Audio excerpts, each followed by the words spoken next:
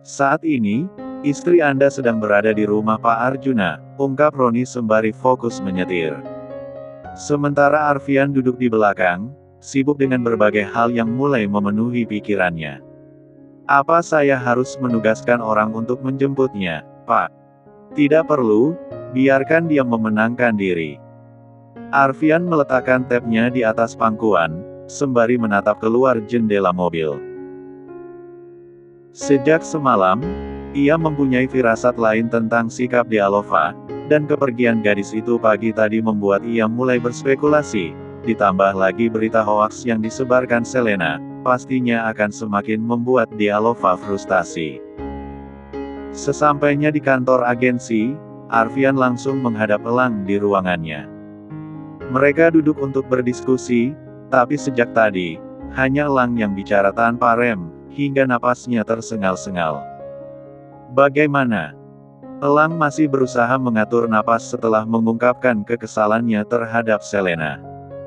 Aku bisa membantu kalian untuk peralihan isu, mengalihkan perhatian publik pada gosip artis lain, tapi bayarannya cukup mahal. Menumpuk kebohongan di atas fitnah yang tersebar, itu tujuanmu? Tanya Arfia dengan nada suara yang terdengar datar. Maksudmu? Aku akan mengungkapkan yang sebenarnya. Fakta tentang awal pernikahanku dan Dialova. Elang berdiri dengan mulut terperangah. Maksudmu, kau ingin menceritakan bahwa kau membelinya dari ibu tirinya untuk memenuhi obsesimu terhadap kematian Dania? Kau gila. Laki-laki harus mengambil resiko, bukan? Dari awal, aku yang memulai semuanya dengan cara yang salah. Padahal, sejak pertama kali melihat Dialova di pesta perayaan kelulusannya tahun lalu, aku sudah terpesona dan menyukainya sejak pandangan pertama, tapi aku terlalu egois untuk mengakui perasaanku sendiri. Dia sudah berjuang mati-matian bertahan dengan ketidakpastian. Apa sekarang aku harus diam saja? Tapi, Vian, ini terlalu. Selena menyerang Dialova sekali, dan aku akan membalasnya berkali-kali, sela Arfian. Aku sudah pernah bertindak bodoh dengan membiarkan dia melewati semuanya sendiri, tapi sekarang tidak lagi, aku tidak sepengecut itu. Elang terduduk lemas, memijati pelipisnya. Baiklah, aku ikuti maumu. Jadi kapan? Besok. Arfian berdiri dan beranjak pergi begitu saja. Hais. Dadakan banget, aku belum nyukur, ucap Elang sendirian, sembari mengusap brewok tipis yang tumbuh di wajahnya. Beristirahatlah, semua surat-surat kamu sudah siap. Tapi sebelum itu kamu harus bicarakan ini dengan Arfian, oke? Iya kak. Rosa mengusap lembut pucuk kepala adik iparnya, sebelum akhirnya beranjak pergi meninggalkan kamar tersebut. Keheningan yang tercipta di tengah suasana hati yang kurang baik membuat Dialova memilih untuk keluar mencari udara segar balkon kamar.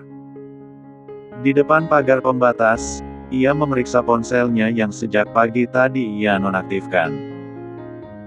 Begitu banyak pesan masuk dari teman hingga koleganya, dan yang paling banyak mengirim pesan dan telepon adalah Sadewa. Mas Arfian sama sekali tidak mengirim pesan. Sepertinya dia sedang sibuk mengurusi perusahaannya sekarang. Siapa bilang? Astaga! Dialova terperanjat kaget saat melihat ke bawah dan mendapati Arfian sedang berdiri di taman samping rumah Arjuna. Aku selalu memikirkanmu di segala situasi. Percayalah masalah ini, tidak akan pernah membuat kita selesai. Aku mencintaimu, Dialova. Bertahanlah, di sisiku. Pupil mata Dialova melebar, tetapi detik berikutnya bayangan itu redup, tak tersisa meski hanya seberkas jejak sekalipun. Bulir bening mengalir, lolos begitu saja dari sudut matanya, ketika menyadari yang ia lihat hanyalah halusinasi tak bertepi. Aku pasti sudah gila. Dialova menutup wajahnya dengan kedua telapak tangan, dan tangisnya pun pecah di sana. Mentalnya benar-benar dihajar habis-habisan, ia kehilangan segalanya, termaksud kepercayaan diri yang ia pupuk selama ini. Malam itu, ia puaskan dirinya untuk menangisi keadaan. Karena esok ia harus kembali terlihat kuat, untuk mewujudkan banyak hal yang tertunda sejak lama. Mungkin benar apa yang dikatakan Pak Arka saat itu, ia harus menyelesaikan apa yang ia mulai tanpa menyusahkan Arfian. Tidak adanya telepon dari Arfian, membuat Dialova semakin terpuruk. Mungkin ia berpikir jika Arfian tak lagi mempedulikannya. Padahal, saat ini, pria itu sedang memikirkan hal terbaik untuk menyelesaikan masalah. Ya, pagi ini, sesuai dengan rencana awal, Arfian akan mengadakan konferensi pers untuk menanggapi isu yang tertebaran karena ulah Selena. Didampingi Elang, Sadewa dan tim pengacaranya. Semuanya sudah siap, ucap Elang saat memasuki ruangan kerja Arfian. Kita harus memulainya sekarang. Tanpa mengatakan apapun, Arfian beranjak hendak keluar dari ruangan tersebut bersama Sadewa. Namun, kedatangan Pak Arka membuat gerakan kaki mereka terhenti. "Vian, Papa perlu bicara sama kamu." Wajah Elang nampak panik, ketika ayah dan anak itu saling berhadapan. Tanpa pikir panjang, ia berjalan cepat, menegahi keduanya. "Pak Arka, saya akan menjelaskan semuanya nanti, sekarang biarkan Arfian mi." "Keluarlah lebih dulu," sahut Arfian memotong ucapan Elang. "Aku ingin bicara dengan papaku. Ajak Sadewa ke depan ruangan sebelah, aku tidak akan lama." Elang seperti hendak kembali angkat bicara, tetapi ia urungkan. Pada akhirnya, ia menyerah dan meninggalkan ruangan tersebut, bersama Sadewa. Dua pasang manik dengan sorot yang sama tajamnya, saling menatap satu sama lain. Terlihat jelas kekesalan di wajah Pak Arka, karena beliau tahu betul tujuan Arfian dan sangat tahu, hal seperti apa yang akan disampaikannya di depan awak media. "Berhenti sekarang. Papa akan mengurus semuanya. Kamu tidak perlu melangkah sejauh ini. Aku yang memulainya, dan aku yang akan mengakhirinya, Pak." "Vian," sentak Pak Arka, wajahnya memerah, marah. "Kamu tidak perlu mengungkapkan skandal pernikahan kamu. Itu adalah aib. Cukup diam, dan biarkan Papa yang mengurus semua ini." Kepalan tangan Arfian terlihat begitu erat di kedua sisi tubuhnya. Wajahnya nampak tenang, tetapi gejolak di dalam dadanya menghentak kuat, memintanya melawan apapun yang berusaha menghalangi caranya menyelesaikan masalah. "Ini bukan aib. Tapi, ini cara takdir mempertemukan aku dan Dialova. Mungkin salah, tapi aku akan memperbaikinya. Biarkan aku menjadi diriku sendiri dan biarkan dia tetap di sisiku." "Vian." Pak Arka menghembus napas berat dari mulutnya. "Kita biarkan dia menepi sebentar. Nanti, saat keadaan sudah membaik, kamu bisa kembali padanya." "Maaf, Pak. Aku tidak bisa hidup tanpanya. Untuk terakhir kali, aku mencintai seorang wanita. Jika bukan dia, maka tidak dengan wanita lain." Pak Arka terpaku, menatap putranya. Ya, ia sudah mendengar hal ini 2 kali. Dulu Arfian mengatakan bahwa, Dania adalah cinta pertama yang ingin ia lindungi sampai akhir. Sekarang, putranya kembali menyatakan hal yang sama, dan mengakuinya sebagai cinta terakhir. "Maaf jika selama ini, sebagai anak satu-satunya, aku banyak mengecewakan. Tapi inilah aku, dan aku punya jualanku sendiri." Arfian menunduk hormat, sebelum akhirnya beranjak pergi meninggalkan tempat tersebut. Setelah kepergian putranya, Pak Arka masih diam terpaku di sana. Tanpa ada siapapun yang melihat, mata beliau nampak berkaca, semabari mengelus dada. "Dia benar-benar sama sepertiku. Sama kerasnya. Ya, tidak ada yang bisa menghentikan pria dari keluarga Adiaksa." Di luar sana, Arfian diikuti beberapa orang lainnya, memasuki ruangan yang sudah disiapkan staf Adikarya Group. Suara jepretan kamera yang terdengar riuh membuat Sadewa mengalihkan fokus melirik Arfian di sampingnya. Dia benar-benar akan mengungkapkannya hari ini. Tapi di saat bersamaan, dia juga mempersiapkan kepergiannya. Batin Sadewa. Seorang juru bicara perusahaan membuka konferensi hari dan sesuai rencana, ia langsung meminta Arfian untuk mulai menjelaskan, karena tak ingin terlalu bertele-tele. Silakan, Pak. Arfian meraih mic yang disodorkan kepadanya. Sebelum bicara, ia melirik ke arah Elang dan Sadewa secara bergantian. Sebelumnya saya minta maaf atas semua masalah yang menghebohkan sejak kemarin.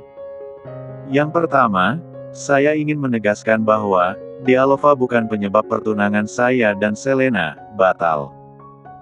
Pertunangan tersebut adalah hal yang dipaksakan Selena sendiri kepada orang tua saya. Padahal, Selena tahu jelas bahwa saya. Ucapan Arfian mengantung sejenak, berusaha meyakinkan dirinya untuk tidak ragu, mengungkapkan rahasia besar yang selama ini ia tutupi dari media manapun. Saya sudah menikah, dan istri saya adalah Dialova Anastasia. Ruangan itu mendadak riuh, semuanya terkejut, termaksud para staf Adikarya Group yang berada di dalam ruangan tersebut. Jauh sebelum pertunangan itu, saya dan Dialova sudah menikah. Jika ada yang bertanya kenapa pernikahan ini dirahasiakan, maka saya akan menjawab jujur bahwa awalnya saya menikahi Dialova karena merindukan istri pertama saya. Saya menukarnya dengan uang, dan menjadikannya tawanan selama setengah tahun. Namun seiring waktu, saya sadar bahwa saya menginginkan Dialova bukan karena mendiang istri saya, Dania. Tapi saya benar-benar mencintainya. Saya harap, jangan ada yang menyalahkan dia dalam masalah ini, semuanya murni salah saya, karena tidak mengakuinya, sedari awal. Saat ini, saya berjuang untuk menyembuhkan trauma Dialova yang disebabkan oleh tekanan dari orang-orang di sekeliling saya. Dan dengan tegas saya akan membawa orang-orang itu ke jalur hukum. Saya tidak akan menerima permintaan maaf, karena trauma harus dibalas trauma. Arfian berdiri dari posisi duduknya. Terima kasih untuk perhatiannya. Untuk pertanyaan lain, akan dijawab oleh kuasa hukum saya. Ia beranjak meninggalkan ruangan tersebut, diikuti Sadewa dan Elang dari belakang. Sementara tim pengacara masih berada di sana untuk mengambil alih konferensi pers tersebut. Kak Fian. Sadewa berusaha mensejajarkan langkahnya dengan Arfian. Tadi Nadia bilang, dia udah di bandara. Nggak mau nyusul sekarang. Iya Fian. Susul sebelum dia pergi. Dorongan dari Elang dan Sadewa tidak serta-merta membuat Arfian panik. Ia tetap tenang dengan wajah datarnya. Kemanapun dia pergi, aku akan berada di sana lebih dulu. Hei, apa maksudmu? Tanya Elang, tetapi sahabatnya itu terus berjalan, tanpa menanggapi rasa penasarannya. Cek, dia mikirin apa sih? Nggak habis pikir gue. Sadewa kembali mengecek jam di ponselnya. Kak Elang, gue duluan ya. Mau ke bandara. Semoga nggak telat. Iya, hati-hati. Salam sama Arjuna. Sadewa berjalan cepat, kemudian mulai berlari. Ia berharap masih bisa melihat Dialova sebelum pergi, namun, sepertinya itu akan sia-sia, karena suara anounsement bandara baru saja berbunyi, menyampaikan informasi bahwa pesawat Airbus yang ditumpangi Dialova akan segera take off. Dea, kamu tidak ingin mendengar pertanyaan Arfian di konferensi pers tadi? Tanya Arjuna setelah menonton siaran langsung tersebut dari ponselnya. Tidak Kak. Dialova membuka earphone yang menutupi telinganya sejak tadi. Kemudian berdiri bersiap-siap untuk pergi. Aku harus berangkat sekarang. Senyum di wajah Dialova terlihat begitu dipaksakan. Ia memeluk Arjuna erat. Kakak harus bahagia. Cintai Kak Rosa, dan maafkan ibu. Bisikan lirih Dialova membuat Arjuna tak bisa menahan air matanya. Dekapan itu kian erat, saat ia mengingat semua pengorbanan Dialova saat ia sakit, sampai sekarang. Bahkan wanita muda itu, masih bisa memaafkan ibu, yang tidak pantas disebut ibu. Cukup lama, akhirnya, pelukan itu terlepas. Dialova mengalihkan pelukannya kepada Rosa dan Nadia. Nat, tolong sampein salam aku ke Bibi ya, nggak sempat ke sana lagi. Iya, deh. Hati-hati di jalan ya. Sambil terisak-isak, Nadia melambaikan tangannya, saat Dialova berbalik, memasuki pintu keberangkatan. Tepat saat langkahnya semakin jauh, buliran bening itu mengalir deras dari sudut mata Dialova. Namun, sedikitpun ia tak punya niatan untuk menghentikan langkahnya. Ia harus pergi, meraih mimpinya sebagai seorang sarjana, dan jika takdir masih berpihak, ia harap bisa kembali di hadapan Arfian dengan versi yang lebih baik. 2 jam setelah konferensi pers itu, Selena dan Bu Mala berhasil dibawa ke kantor kepolisian untuk dimintai keterangan mengenai tuntutan yang Arfian ajukan. Lepasin saya, serga Selena, yang merasa risih karena diperlakukan seperti tahanan. Namun, saat hendak melanjutkan langkahnya, masuk ke ruang pemeriksaan, ia kaget melihat ayahnya di depan sana, bersedekap dada, menatapnya penuh kecewa. Ayah! Pria parubaya itu menggelengkan kepalanya. Ya, sejak awal beliau sudah tidak setuju dengan tindakan putrinya yang begitu memaksakan kehendak. Ayah, tolongin. Selena beringsut hingga bersimpuh di hadapan ayahnya. Aku nggak mau masuk penjara. Sudah dibilangin ngeyel. Hardik beliau kesal. Sekarang ikuti proses hukum. Ayah tidak akan mengeluarkan uang sepeser pun, hanya untuk membela kamu. Biar hakim yang memutuskan. Selena mendongakkan kepalanya, menatap sang ayah dengan ekspresi tak percaya. Ayah, jangan gitu. Aku anak satu-satunya yang ayah punya. Enggak sayang. Tangisnya mulai meraung tanpa mempedulikan orang-orang di sekelilingnya. Justru karena Ayan sayang. Sekarang, ayo masuk aja ke ruang pemeriksaan. Ayah. Aku tidak mau. Pekik Selena, tapi tak dipedulikan oleh ayahnya. Ia terus diseret masuk. Di belakang sana, Bu Mala begitu pucat, saat memandangi Selena. Bayangan jeruji besi begitu menakutkan, dan akhirnya penyesalan itu hadir di saat yang sudah sangat terlambat. Ia sendiri, tanpa Arjuna atau siapapun yang bisa mendampinginya. Juna. Beliau tertunduk, terisak-isak. Maafin ibu. Siapapun tolong hubungi anak saya mau ketemu. Anak Anda tidak mau datang, Bu. Tapi dia mengirim pengacara kok. Ayo silakan ikut kami. Bu Mala pasrah, saat dituntun masuk ke dalam. Namun entah berapa kali ia mengucapkan nama putranya dengan lirih. Hari ini, Arfian menunjukkan kepada Selena bahwa, ia tidak akan takut, meski kehilangan nama baiknya atas tindakan di luar nalar yang dulu Arfian lakukan terhadap Dialova, hanya demi obsesinya. 2 bulan berlalu. Musim dingin di kota California, Amerika Serikat, Dialova menaiki bus menuju salah satu kampus terbaik yang ia jadikan target untuk menyelesaikan pendidikannya. Ya, hari ini adalah hari pertama ia masuk, setelah melalui serangkaian proses dan tes hingga akhir berhasil masuk ke jurusan yang ia inginkan. Udara dingin kota itu cukup menjadi beban baginya yang terbiasa dengan iklim tropis. Namun, hal tersebut tidak menyurutkan langkah Dialova. Ia memasuki gedung universitas dengan penuh semangat. Meski dalam benaknya, bayangan seseorang terus hinggap, tanpa pernah lekang.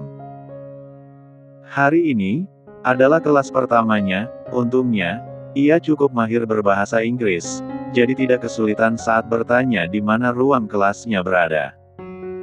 Saat masuk ke dalam, ruangan tersebut sudah penuh dengan mahasiswa dan mahasiswi lain. Untungnya, masih tersisa satu kursi di tengah-tengah. Cepat-cepat ia duduk sebelum didahului yang lain. "Hi, kamu dari mana?" sapa seorang wanita di sisi kiri Dialova, dengan menggunakan bahasa Inggris. "Saya dari Indonesia." "Wow, Indonesia. Kebetulan sekali, dosen yang akan mengajar hari ini dari Indonesia juga." "Oh, benarkah? Pasti akan menyenangkan." Dialova mengeluarkan buku catatan dari tasnya, tanpa menanggapi berlebihan. Karena di negara tersebut memang banyak orang Asia yang menjadi dosen ataupun pebisnis yang hebat. Suara obrolan para mahasiswa dan mahasiswi mendadak redup saat mendengar suara langkah kaki seseorang memasuki ruangan tersebut. Dialova sendiri masih sibuk mencari pulpen favoritnya di dalam tas. Orang-orang di depan sana sangat fokus menatap dosen mereka yang terlihat begitu gagah dengan wajah tampan dan tubuh yang tegap, tinggi, atletis. "Good morning. I am the lecturer on duty today for the subject, Culture and Communication. My name is Arfian Adiaksa." "Dek." Dialova mematung, kemudian dengan cepat menegapkan kepalanya.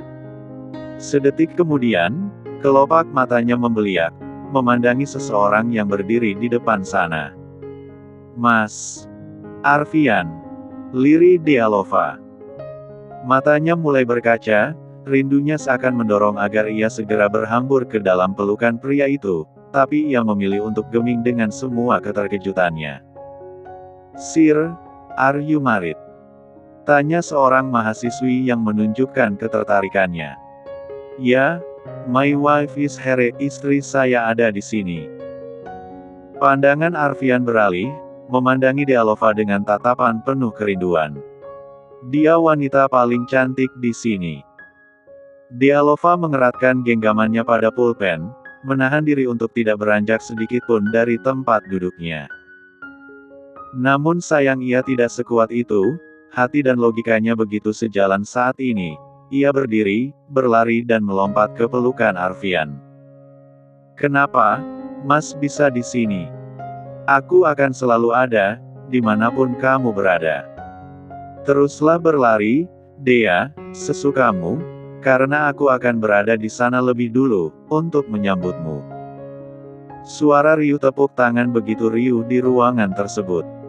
Semuanya seolah ikut bergembira melihat pemandangan itu. Ya, beginilah cara Arfian merayakan cintanya dan mulai detik ini, ia akan selalu bersama Dialova, mendampinginya, meraih semua mimpi yang sempat terhenti.